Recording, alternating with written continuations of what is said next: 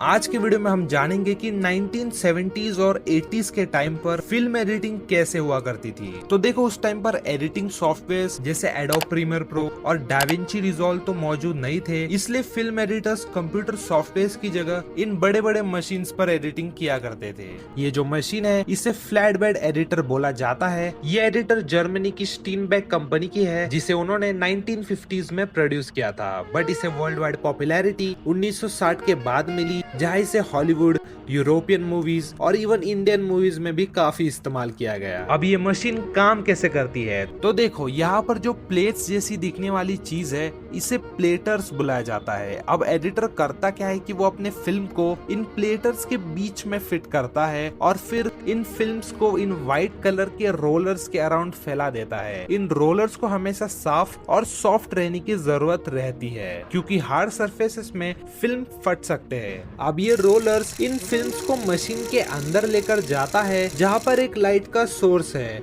अब हर फिल्म के ऊपर एक लाइट सेंसिटिव इमल्शन लेयर की कोटिंग लगी होती है। इसी कोटिंग के कारण जब लाइट फिल्म पर टकराता है तब फिल्म में लगा हुआ रिकॉर्डेड इमेज एडिटर को दिखाई देता है, लेकिन ये इमेज पहले उल्टा होता है, इसलिए मशीन के अंदर लगा हुआ ऑप्टिकल मिरर इमेज को सीधा कर देता है। एडिटर मशीन में लगी हुई स्क्रीन से क्लियरली देख सकता है कि फिल्म के कौन से पार्ट पर कौन सा सीन दिखाई दे रहा है। एडिटर को अगर किसी भी सीन की जरूरत नहीं होती तो वो उस फिल्म के पार्ट पर ग्रीस पेंसिल की मदद से एक मार्क लगाता है, फिर स्प्लाइसर से उस पार्ट को काट देता है और बचे हुए फिल्म को एक स्पेशल टेप, जिसे स्प्लाइसिंग टेप बोला जाता है, इसकी मदद से वो फिल्म को जोड़ देता है। एक इम्पोर्टेंट बात बता देता हूँ कि ये जो फिल्म इस्तेमाल होता है एडिटिंग में, ये असली फिल्म नहीं होता है, बल्कि ये उसका डुप्लीकेट वर्जन, जिसे वर्क प्रिंट्स भी बोला जाता है, उसे इस्तेमाल करते हैं और असली नेगेटिव प्रिंट पर आखिर में ही एडिटर बदलाव करता है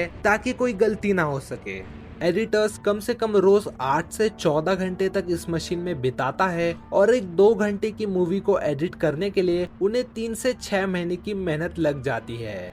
लेजेंडरी फिल्म मेकर्स जैसे सत्यजीत रे, Martin Scorsese, Steven Spielberg, Akira Kurosawa, सभी ने इसका इस्तेमाल अपने मूवीज में किया है। इवन लेजेंडरी मूवी सीरीज जैसे द गॉडफादर और स्टार वॉर्स भी इसी मशीन में एडिट किए गए थे। उस टाइम पर ये मशीन इंडस्ट्री का स्टैंडर्ड हुआ करता था, पर 1990s के बाद से इस मशीन का डिमांड धीरे धीरे कम होने लगा। इस डाउनफॉल के कई कारण थे। पहला कारण था कि मूवी अभी डिजिटली रिकॉर्ड किए जाने लगे, मतलब फिल्म रील्स का जमाना खत्म और मार्केट में ज्यादातर डिजिटल कैमरास का ही इस्तेमाल होने लगा। डिजिटल कैमरास के कारण डिजिटल एडिटिंग सॉफ्टवेयर ने भी मार्केट में एंट्री ले ली, जिनमें से एक थी एविड मीडिया कंपोजर। इसके आने के वजह से एडिटिंग करना काफी आसान हो गया था। इन दी एंड स्टीनबेक कंपनी आगे जाकर बैंकरप्ट हो गई और उनके फ्लैट बेड एडिटर्स आज एक शो पीस की तरह म्यूजियम में देखने को मिलेंगे। बट अगर ये नहीं होते तो शायद ही हमें 70s और 80s के लेजेंडरी और आइकॉनिक मूवीज देखने को मिल पाते। वीडियो अच्छी लगी हो तो लाइक कर देना और ऐसे इंफॉर्मेटिव वीडियोस के लिए सब्सक्राइब भी कर देना।